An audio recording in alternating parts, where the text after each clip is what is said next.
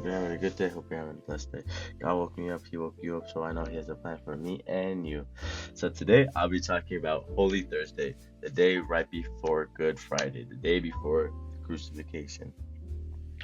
So Holy Thursday is the day of the Last Supper, the Passover. I realize many people don't really know the days between Good Friday, Palm Sunday. They only know those 2 days and what happened on Good Friday, the crucifixion. So I'll be just going over that. So the Last Supper, evening came, Jesus told his disciples to gather and told them one of them were going to betray him. They were all shocked. They're like, what, me? You? Me? Is it going to be me, Jesus? And while Jesus was telling them, no, it's not going to be you, this and that, Jesus took the bread and gave thanks to the bread and broke it up and told his disciples, saying, take it, eat, this is my body. And then he took the cup, and then which was filled with wine, and said, after he gave thanks, he gave it to the disciples and said, drink, it is the blood of this is my blood of the covenant, which is poured out for many for the forgiveness of our sins. Which Jesus is saying, I tell you, I will not drink from this fruit of the vine for now on until the day when I drink it new with you in my Father's kingdom.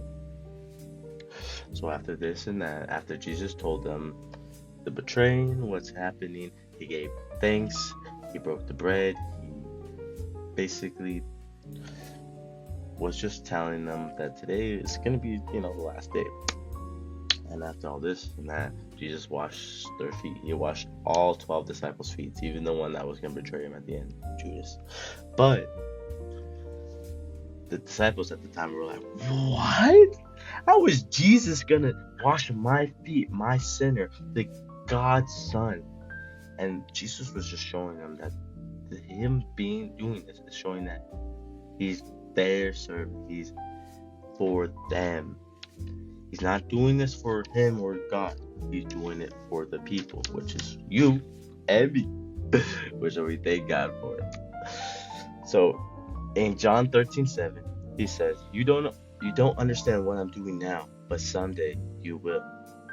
Which is also the same from what right then and what God has plans for you and in your personal life. Sometimes you don't know what God is making you go through, the pain, the season.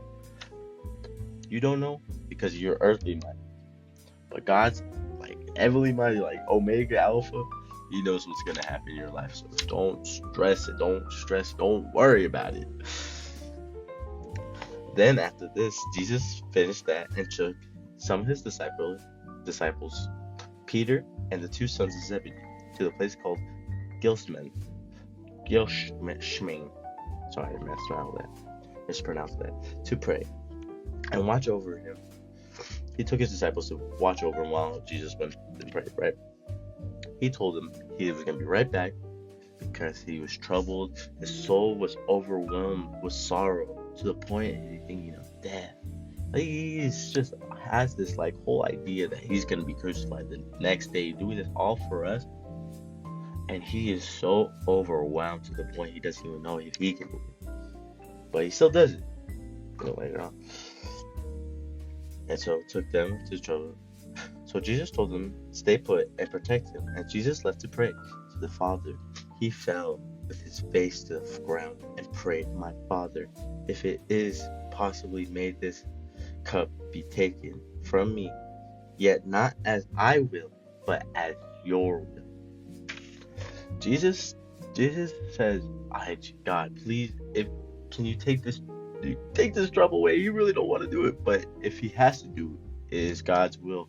Like saying, some things we want for us, right? We want to do it, but at the end of the day, we have to pray and ask if it is God's will to do it or not to do it.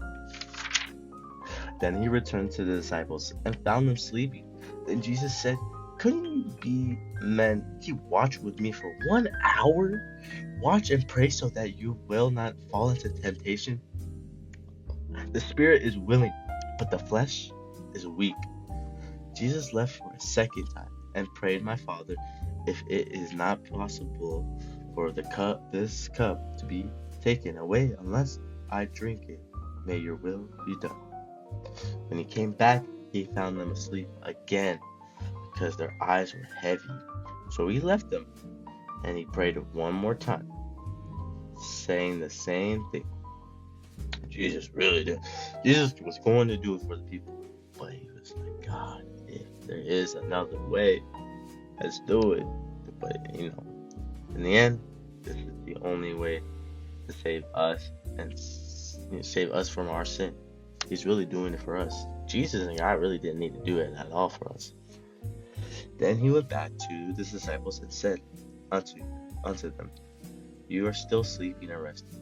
Look, the hour has came, and the Son of Man is delivered into the hands of the sinners. Rise, let us go. Here comes my betrayer. Judas arrived with a big group of people sent from the chief priest and the elders. And Judas, before this, told them, Whoever I kiss, arrest that man. Judas went up to Jesus and said, Greetings, Rabbi, and kissed him.